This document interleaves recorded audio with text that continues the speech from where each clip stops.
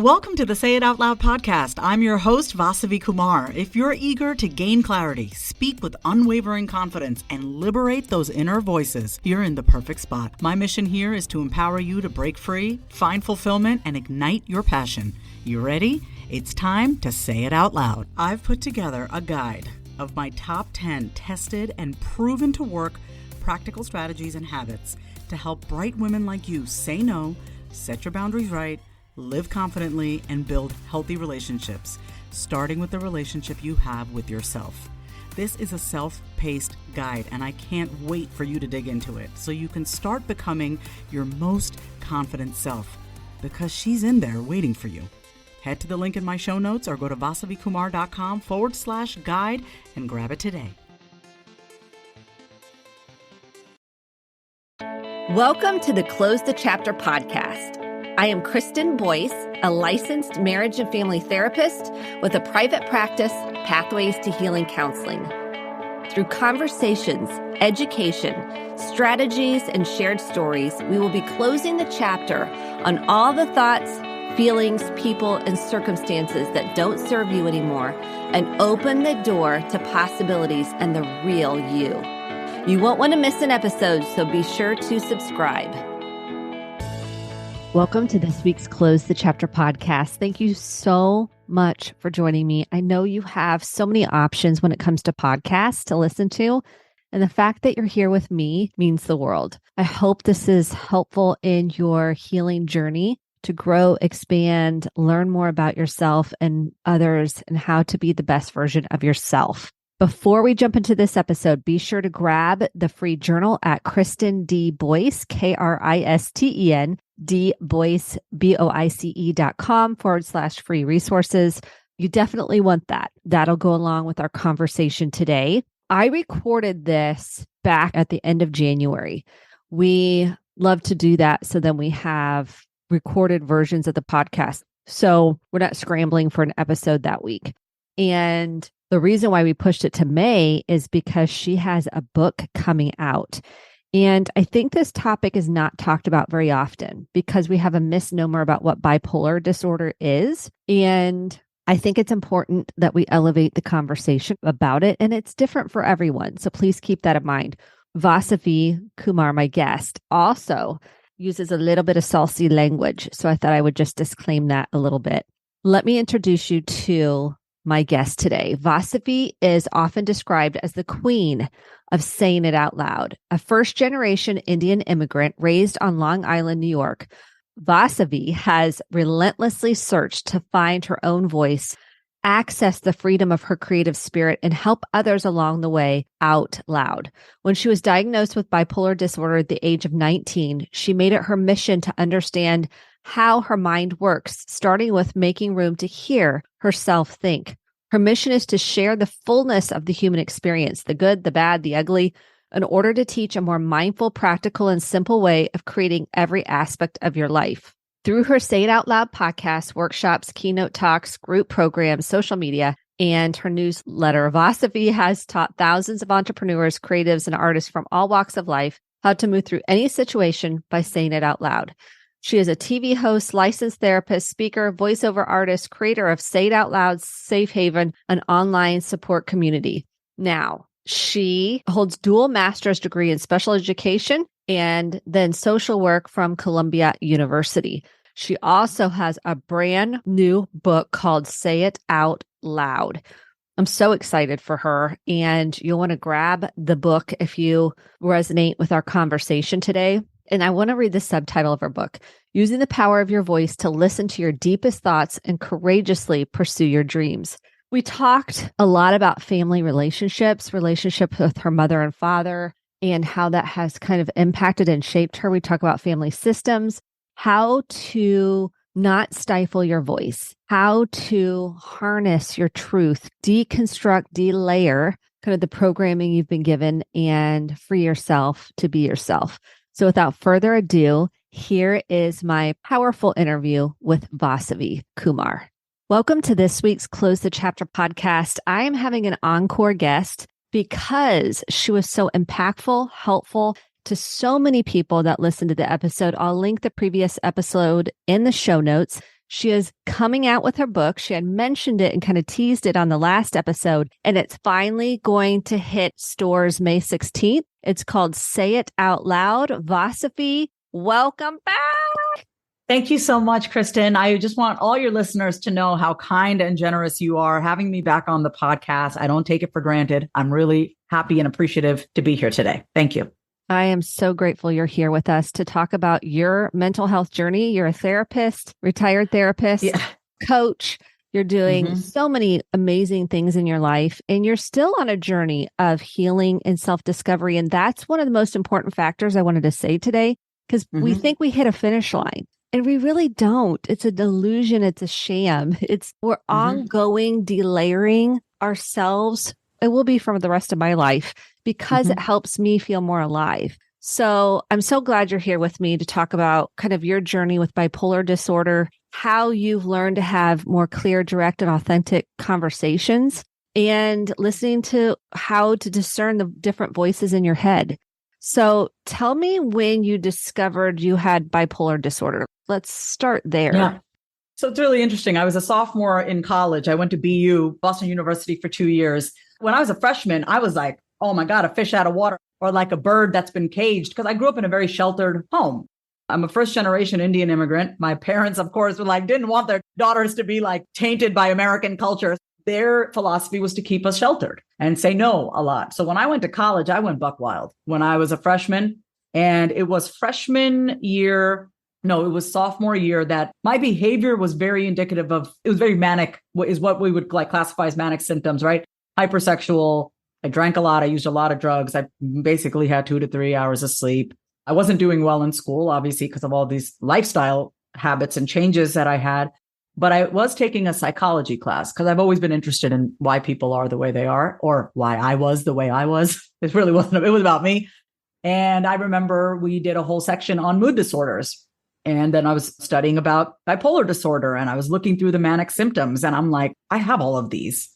But I was like, whatever. I just disregarded it. But I couldn't finish school because I had a 1.3 GPA. I was using cocaine all the time. I was sleeping around a lot, just very outside of my upbringing and my character and how I normally have lived my life. And so my mother, sophomore year of college, she goes, and by the way, I rarely listen to my mother, but when she said to me, I think you need to come home, I said, okay. And I came home and I said to her, she's a doctor. I said, I think I have bipolar disorder. And she asked me, why do you think you have that? But I couldn't tell her, Mom, I've been promiscuous. Mom, I've been using cocaine. I couldn't tell her that because of the culture. I told her instead, I have racing thoughts. I don't sleep a lot. I told her the safe stuff. She didn't know the whole truth, but then she did. When I transferred back home and I moved back to New York, we went to a psychiatrist, Dr. David Ginsburg on 59th and Lexington, one of the best psychiatrists in New York. And he said to my mom, your daughter's brilliant. She's spot on. She has bipolar disorder. So yeah, that's when I got diagnosed when I was 19 years old. In high school, did you have symptoms in high school or at middle school or as a child? Listen, here's how I feel about having bipolar disorder. I've been allowing myself, I use cannabis to help my brain. Cannabis has helped me a lot with my impulsivity, with how I treat myself. I've slowed down a lot. And what I've come to understand is my bipolar disorder didn't start in high school. When I think about the bipolar part of my brain, it is the most traumatized part of my brain that has felt it has to be vigilant and make sure that no one's going to hurt me again. I remember this. I had taken an edible, Kristen, and I allowed myself to melt. I like to use cannabis medicinal. I enjoy melting into my body. I've allowed a lot of repressed memories to come to the surface. And I remember maybe 4 years old, I think I had just started nursery school, South Shore Country Day School. And I remember this memory. It's the earliest memory I have of feeling the most extreme abandonment. I felt my mom, she's wearing her white coat because she's a doctor. She dropped me off to school, which was rare because she was the busy one. My father had more flexibility in his practice and location where he worked. And I remember this memory, her dropping me off to nursery school. And I just remember how I felt. I felt so abandoned. I didn't know at the time. She had to go to work, but I remember screaming, crying, wailing, and holding on to her apron. I'm not saying that was the start of my bipolar disorder. There are many things, but this definite split that I've had inside of me, this part of my brain that is hypervigilant, hyper terrified, hypersensitive to rejection and abandonment, that started way before my teens. That started from a very young age of just feeling like I am too much. This is too much. No one can handle me. I am not safe. So that's my answer to your question. I could see the emotion coming up when you were sharing that memory, that inner child memory. It's not easy. Yeah, I think about it and I don't hold back my emotions when I share this because I think I want to let everyone know you can have a book, you can have the nice car, you can have money in the bank, you can have all the followers. So I never want to come on here and be like, oh, it's all packaged pretty in a bow. Yes, there are lots of things that I have healed. The way that I speak to myself is with way more kindness. I think maybe even you can even see that and have witnessed because you've known me now for, I think, a little over a year and we have followed each other. You've seen maybe you've even felt something different. I don't know. You can share that, but I definitely feel a shift with how I've treated myself. I just don't want people to think like, oh, it just goes away. I say new level, new devil, right? With every level of visibility that I'm experiencing, I have more and more deeply embedded shit that's finally coming to the surface. So I don't say, wait a minute, I thought I figured this out. It's like, oops, okay, here we go. All right, what's there? It's even deeper healing for me. So that's where I'm at right now. An ongoing process. And I think your transparency with it gives other people permission to go, oh, there's another layer here. There's a deeper. And I've done some hypnosis. I don't know if you've done any guided hypnosis at all. And people think, oh, you're going, it's like a deep relaxation is what it is. Yeah. And people don't know what it is. I'm in my mom's womb. I mean, that is the depth of where the work can take you and the birthing process. And I just want to let people know, like, it goes deep. It's in your nervous system. It lives in your body. And when you can come to befriend the body, befriend yourself is what you're saying. It gives you full permission to go, okay, I'm safe enough to go here to face that pain. There have been times that if I've been in a conflict with somebody, I wouldn't even want to look at their response to a text because I was so afraid of what they might say. And that really had a lot to do with, did I piss them off? Are they no longer my friend? Are they cutting me off? I now know that is not the reality. That is definitely my fear and what I've experienced. I have created such a beautiful sense of safety in my head by learning how to talk to those voices in my head that I'm not afraid of anyone. I'm not afraid of what you think of me. I'm not afraid of what you're saying. I'm not even afraid of you leaving me anymore because I have me. So that's kind of the beauty of this work, right? Learning how to talk to the voices in your head. I don't think your listeners are going to be confused by this. I want to make it clear, though, that you can be extremely confident in who you are and still have healing to do. I am one of the most confident, secure people that I know. And I feel very safe inside of me now. Do I still have moments of insecurity? Yes. Do I still feel unsafe and shit scared? Like, oh my God, of course, but I don't stay there for too long because I know how to manage it. I know how to talk to myself. I'm in a relationship with myself. What would I do if I was dating someone? What would I do if I was married to someone? Would I just be like, oh, I thought you already got over that? No, I would be like, honey, what's going on? Let's talk. Why would I not do that with myself? So that's the journey that we're all on, whether we're partnered or single or divorced or whatever. You know what I mean? It's so powerful. It's one of your greatest gifts you can give to yourself is to free yourself, to be yourself. Listen, the cornier, the better. All right, Kristen? That's how it rolls here. How do you think therapy has helped you in your life navigate the mania, navigate the self-doubt, the shame, the voices in your head? Well, I want your listeners to know I started therapy when I was 12. I was in therapy for 16 years consistently every week for 16 years. When I was younger, I needed someone to talk to. I had my therapist, Virginia. I couldn't really talk to my parents that much. My mom was very explosive. My father shut down. Very bipolar parenting. Just saying. Very manic and very depressive. Isn't that interesting? Oh, yeah. Please. There's no part of me that's like this. I was not born this way. I was shaped this way. I was not born this way. God did not make me like this. I was shaped to be this way. I can also unshape myself. And it takes time. That we're talking about 40 years of programming, 40 years. And even though I've been doing this work, it's still, we have so many layers to us. What was your original question? So therapy, how has it helped? And then you were saying you had an explosive mom, dad shut down. And here we are with mirroring bipolar. The external mirroring of internally in your head and inside yourself.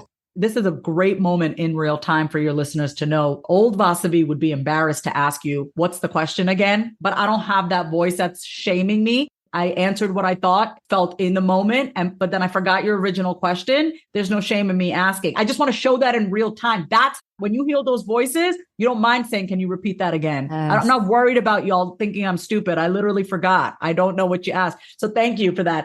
But that's a real time moment of what happens when you hear the voices. Therapy has helped me a lot. I'm back in therapy. I now have a male therapist, which is new for me. I used to use therapy to just talk it out loud, say it out loud, and be validated. How I'm using my therapist now is I allow myself to be triggered by my therapist, which has been very new for me. My therapist brings up all of my shit with men. Why aren't you responding? Why aren't you feeling my pain? Take away my pain. Can you say something? My therapist is very grounded. He does not talk. He talks when he needs to. He is a listener. He's holding space. And for me, I'm like, say more. I need you to say more. And we had a really huge breakthrough 2 weeks ago when I basically screamed at him and I was like, why aren't you taking away my pain? And I just started wailing. And he said to me, who didn't take away your pain? And I said, neither of my parents. They added to it by making me feel shitty. And I felt victim-y in that moment. I felt like I was blaming them. Therapy has helped me to see that it's okay for me to say, and I'm responsible now. I am allowed to say that. Letting myself feel that has been the greatest freedom for me. I love my parents very much. I think I've shared this with you, Kristen. I love them. It doesn't take away from the love. It's an and of both. You can have duality and also feel much deep, profound love for them. And there's no right way to say this, right? My voice, Vasavi's voice says, but I'm going to do something about it, right? Somebody else might say, I had a really difficult childhood and now I'm responsible for it. The point is, therapy has allowed me to find the voice that is most authentic when I want to express my anger, when I want to express my frustration. I allow myself to have a pity party, but I also know how to shift into, my friend talks about this in her book. She talks about amor fati. Amor fati means lover of one's fate. I know how to go from pity party and I know how to speak about my life in a way that breeds new energy and fresh energy into it. So therapy has helped me just allow myself to say exactly what I want to say without judging myself for how I'm saying it. We don't need to judge ourselves for saying the thing and then judging ourselves for how we said it. I'm not into it. I allow myself to say whatever the hell I want in therapy without being judged, and it allows me to express it. I think we've talked about this, Kristen, maybe like emotional constipation. I don't like to keep those feelings inside because it just eats away at me. And I am a creative channel. God needs to move through me. God cannot move through me if I'm sitting here constipated with these voices of resentment, anger, frustration, all the things. So it's helped me clear myself internally. You know what came up for me as you were sharing? Yeah. And you're going to go, oh, here she goes, because this is me doing me. Yeah. What came up for me, and this may be a stretch and you can tell me to take a hike. It came up for me. I was wondering if your therapist they're different, but similar to your dad. Your dad can listen, hold space, not say a lot. And I was like, is there a similarity? Not that they're the same, but that. You don't have to take a hike. We're on this journey together. No, my therapist reminds me of my father. To this day, when I look at my father, I will cry. I love that man. I don't think I've ever loved somebody the way I love my father. I love him. Our relationship growing up was like, my dad was like a little boy and I was like a little girl. And we just had fun playing together. That was me and my dad. He was not the disciplinarian. My mother was. He was the fun parent. He was the understanding parent. He was the gentle parent. And I could just sit next to my dad and feel better. But I'm older now and I want someone to speak to me. I want to know that you hear me. I want to know that you understand me. And I need you to say something sometimes. Say it out loud. What's going on inside? You wanted your dad to say it out loud. And it's funny because now he has a neurological condition which keeps him from speaking, which hinders his speech, which is just so touche, man. That you were spot on. My therapist really brought up what I wanted from my own father, which was say something to make me feel better. I'm the child here. So I have shared that with my therapist and it's been healing. I've been able to heal that anger through my therapist. So I'm using my therapist in a different way now. It's very interesting. It's very new for me. And then wanting to protect you, maybe from your mom's explosiveness, say something, do something. Oh, yeah. I had a memory come up the other day. Maybe this might be too much, but maybe somebody needs to hear it. I remember there was a time my mom wanted to hit me and I was hiding behind my father and my father was blocking me and trying to keep my mother from hitting me. My father was my protector. I'm not angry with my mother. She's apologized more times than she needs to, and I've forgiven her, but it's just very much like, who's going to protect me? Who's going to stand up for me? That's been a lot to work through. Man, I did not freaking think I was going to cry this whole interview. You're like, oh, here, come on the Here Close the Chapter podcast. We do emotions here, and they're all welcome. All the parts of us are welcome. And that's what you're saying to everybody. All the parts are welcome. That's the work you're doing. That's what we talk about. What I wrote inside my book, Say It Out Loud, using the power of your voice to listen to your deepest thoughts and courageously pursue your dreams. Every single chapter in the book is a voice that I have identified that we need to learn how to heal.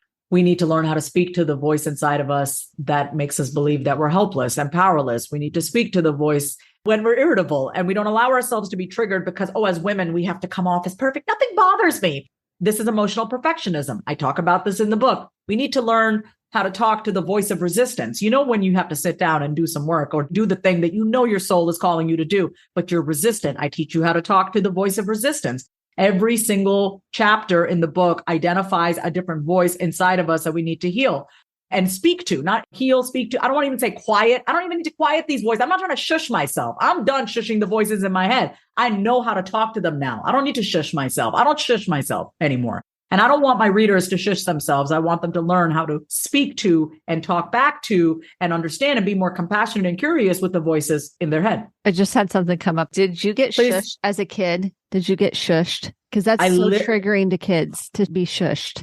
I literally say in the introduction, Kristen, how ironic it is. How ironic is it? I'm actually going to just read this. I have my manuscript right here. Fantastic. I said this. I say, let me be the first to say that me writing a book titled Say It Out Loud is proof that you have the power to create anything you want when you learn how to talk to yourself. You see, when I was a kid, I talked a lot. My mother would half jokingly say to me, Vasavi Kumar, which loosely translates in our native language of Tamil as Vasavi, stop talking. So it's kind of ironic for me to be writing a book called Say It Out Loud, don't you think? And then I go on to say, imagine if I'd actually listened to my mother and stopped talking and shushed myself. We would not be here today.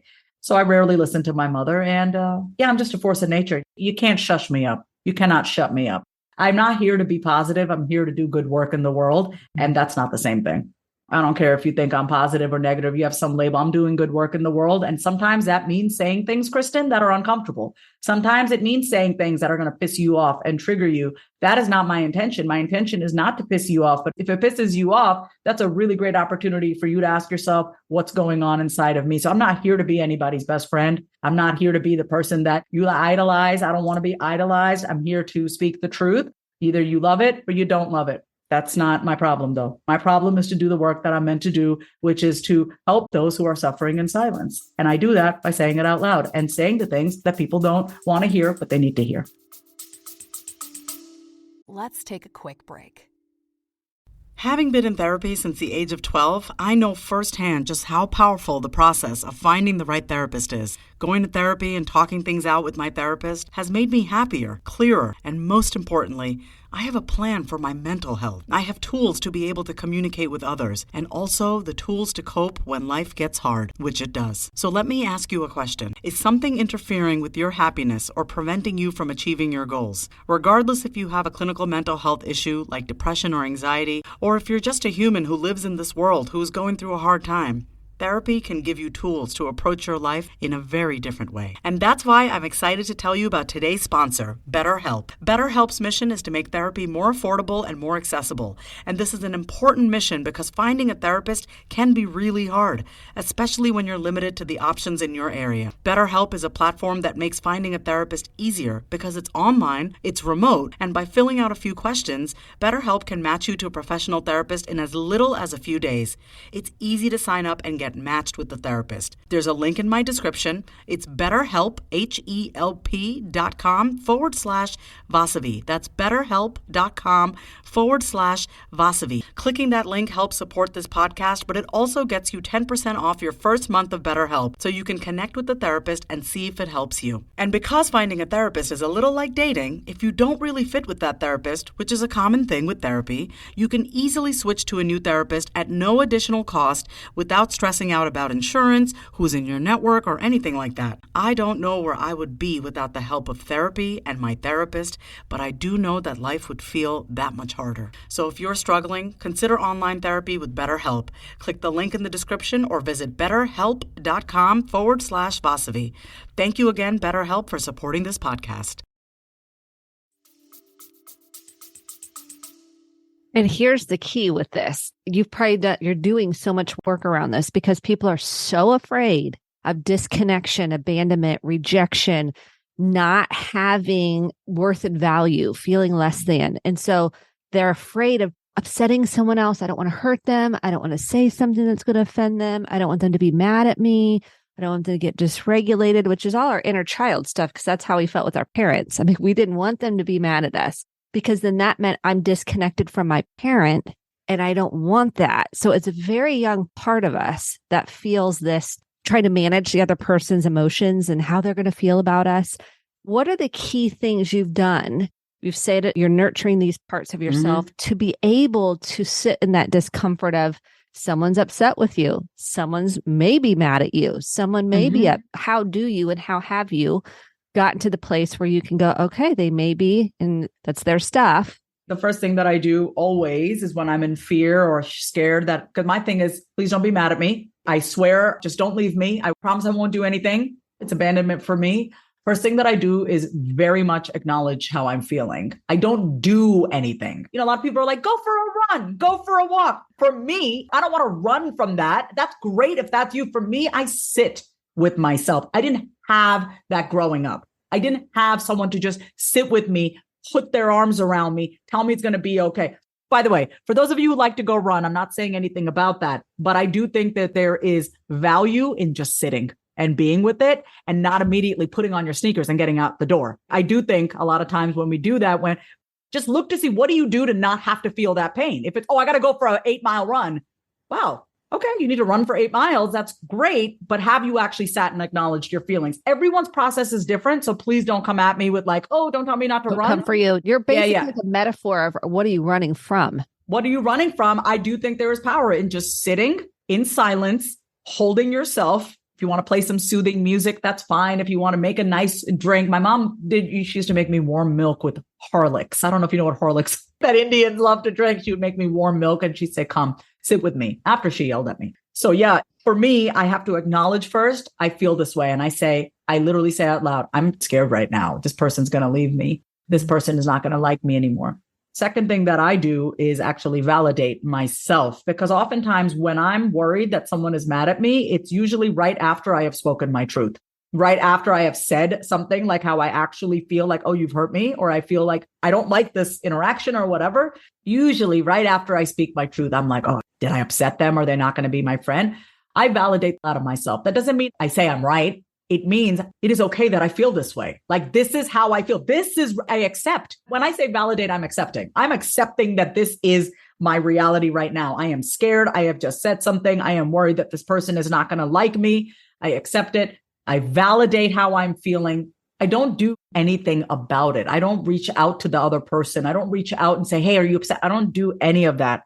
I have to spend time with myself to soothe myself and tell myself I'm going to be okay. And then from that calm place, if I want to reach out, I will. Typically what's happened is once I get myself to a calm state, it's easier for me to reach out, or my friend will reach out to me. I don't have a lot of conflicts. I'm just going to be really honest. At the age of 40, I don't have any friendships in my life that I don't feel safe around, that I don't feel safe in.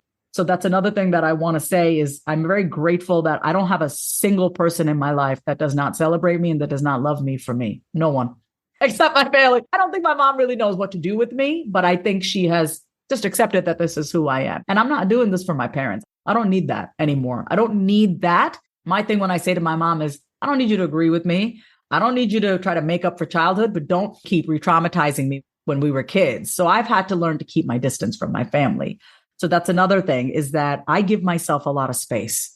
When I feel, especially with my mother or with my sister or people very close to me, I do not try to fix things right away. I give myself space and just allow myself to be with. Usually it settles down. I don't do much. I don't do anything. There's nothing to do. I need to be with myself. I'm a huge advocate of where you got to smoke some flower, do some oil, take some oil edibles. for me, that has helped me to get out of my head and just allow myself to feel. I am an overthinker. I have typically been an overthinker. I have been in my head a lot. I've manipulated a lot of situations, and we think of manipulation as an evil thing. I say this, I know from a young age exactly what to say to not piss somebody off. I also know exactly what to say to piss you off, So it's a blessing and a curse when you can hurt someone because you know their weakest points. It's also a blessing in a way because it's like you learn to survive that way. And I don't want to live in a way that I have to micromanage and rehearse what I'm going to say. I no longer rehearse my conversations. I used to do that a lot. I used to rehearse what I'm going to say so that I could just say it and then just make sure that I'm going to say things that people aren't going to be upset. And now I don't do that anymore. I'm very much in the moment and I'll say exactly what I feel in the moment. I'm out of my head a lot of the times these days. So, and how does mania play into that? Mania, for me, I'm bipolar disorder type 1, which means I usually struggle with, and you have to understand, I'm running on 2 cycles here. I'm running on my bipolar disorder type 1 cycle, but I'm also on my hormonal, my menstrual cycle. So a lot of times my depressive mania lasts for about 7 days. My depression lasts for about 2 weeks, and it's usually congruent with my period. I see it coming. I have had to learn for the past 20 years to understand my triggers because it's my triggers that set off my mania. It's my triggers that put me into a depression. Depression, it doesn't come first for me. My default is mania. It can be a blessing and a curse, right? I would never want to not be manic. I love my hypomania. I am creative. I feel invincible. And I do think we can all tap into that godlike energy. It becomes a curse for me when I don't know how to slow it down and my impulsivity, I don't really have that discernment. I'm feeling much slower these days. I still have manic episodes. My manic episodes show up in the form of irritability, and it's usually directed towards the people closest to me, my mother and my sister.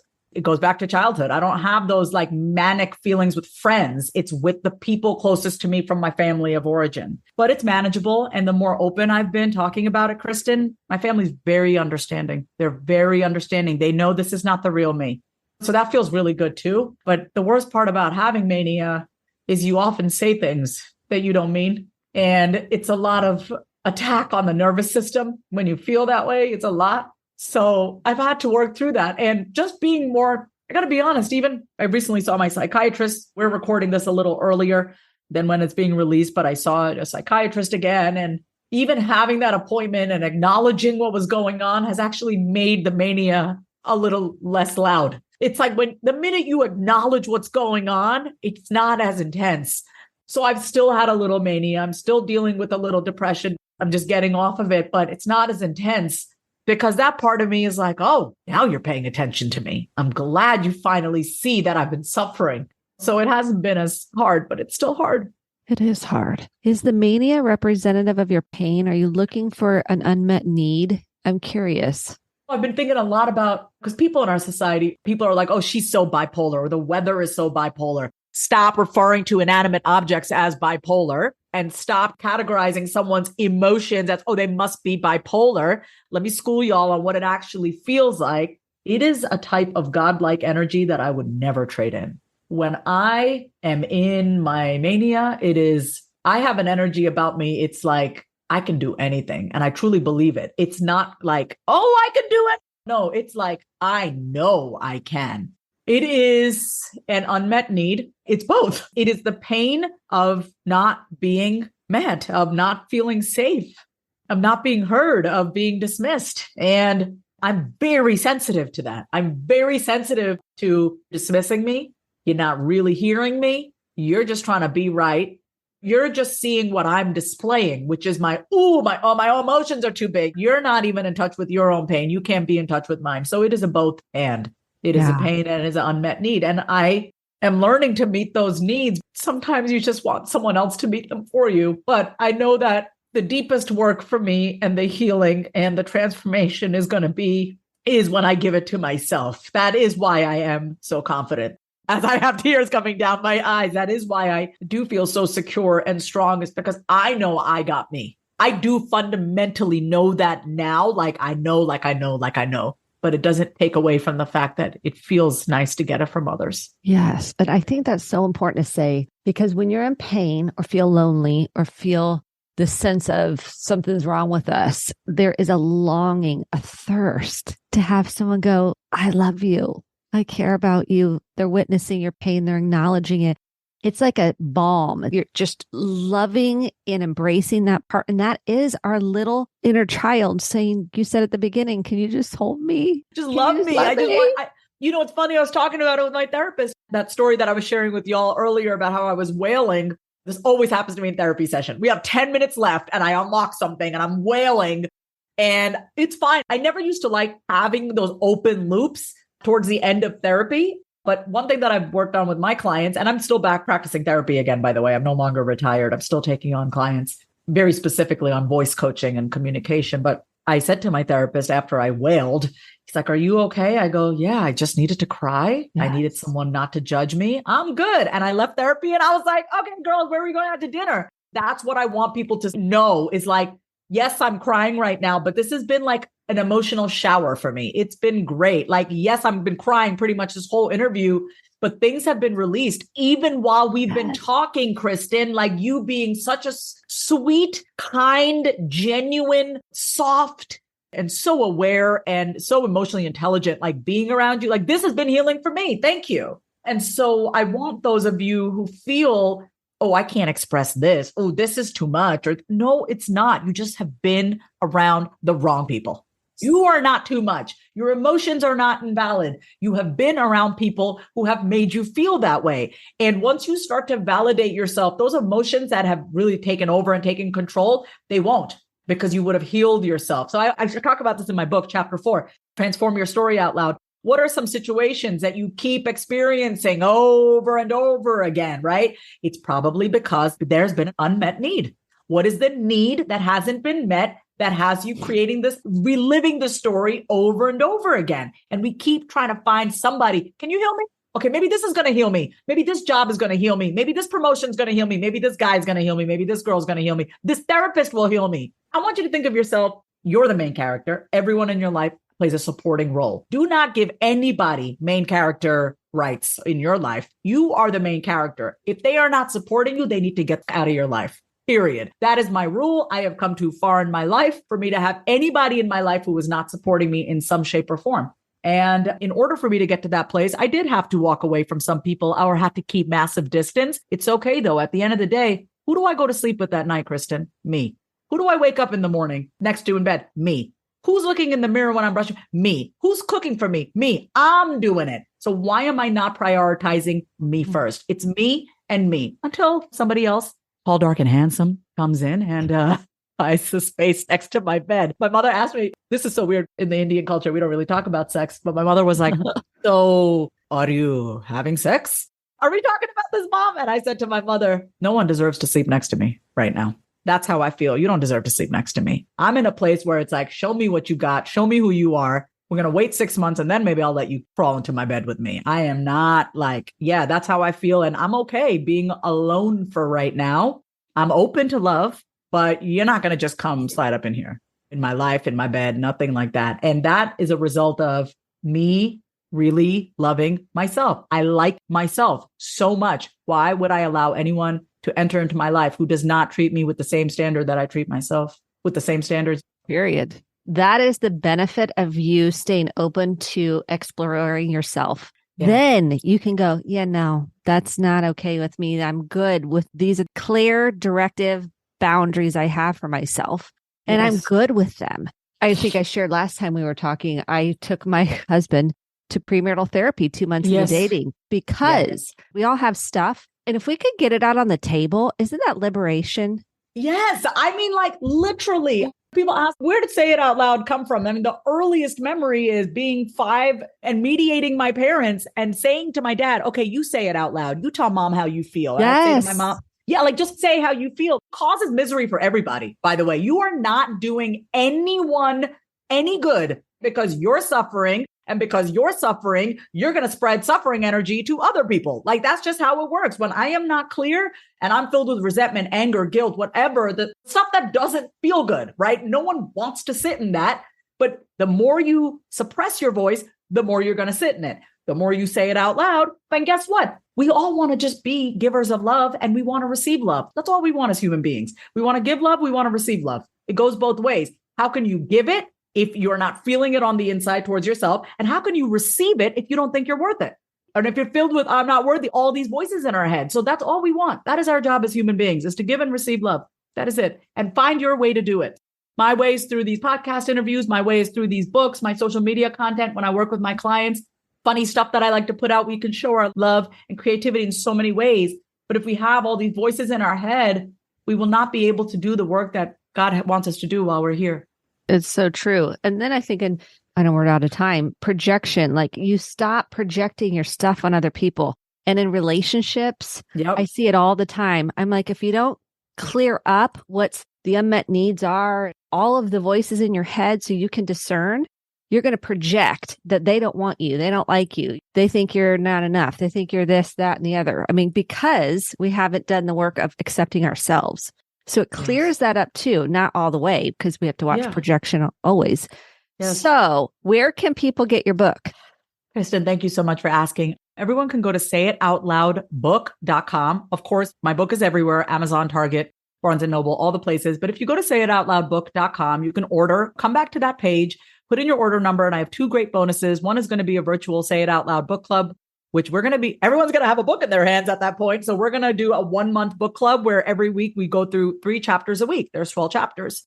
So we're going to do 3 chapters a week, crash course and Say It Out Loud. We'll get to spend time together. And then instant access, you do get a 12-step audio bonus audio program. So I recorded this. When I was in recovery, I used to listen to meditations when I need to re-listen to this step 4. I need to re-listen to step 6. So I was like, you know what? I should create like a 12-step audio program for people they can listen to at any time, whatever they're going through. You listen to my audiobook program, you're going to be able to talk to yourself through any situation. Just listen to my voice and as I guide you. So that's really cool. You can listen to that anytime you have stuff come up.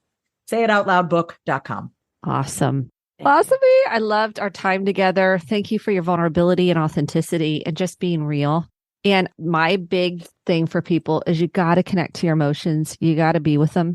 It is the essence of the work, and really listening and discerning what is the real you and what voices are trying to show you, tell you, invite you into different spaces. So thank you so, so much. Cannot wait for the book. Go get it. Thank you. Say it out loud. And we're cheering you on. Thank you. Thank you so much for listening to the Close the Chapter podcast. My hope is that you took home some actionable steps along with motivation, inspiration, and hope for making sustainable change in your life. If you enjoyed this episode, click the subscribe button to be sure to get the updated episodes every week and share with a friend or a family member. For more information about how to get connected, visit Kristen, Kristen, Boice, Boice.com. Thanks and have a great day.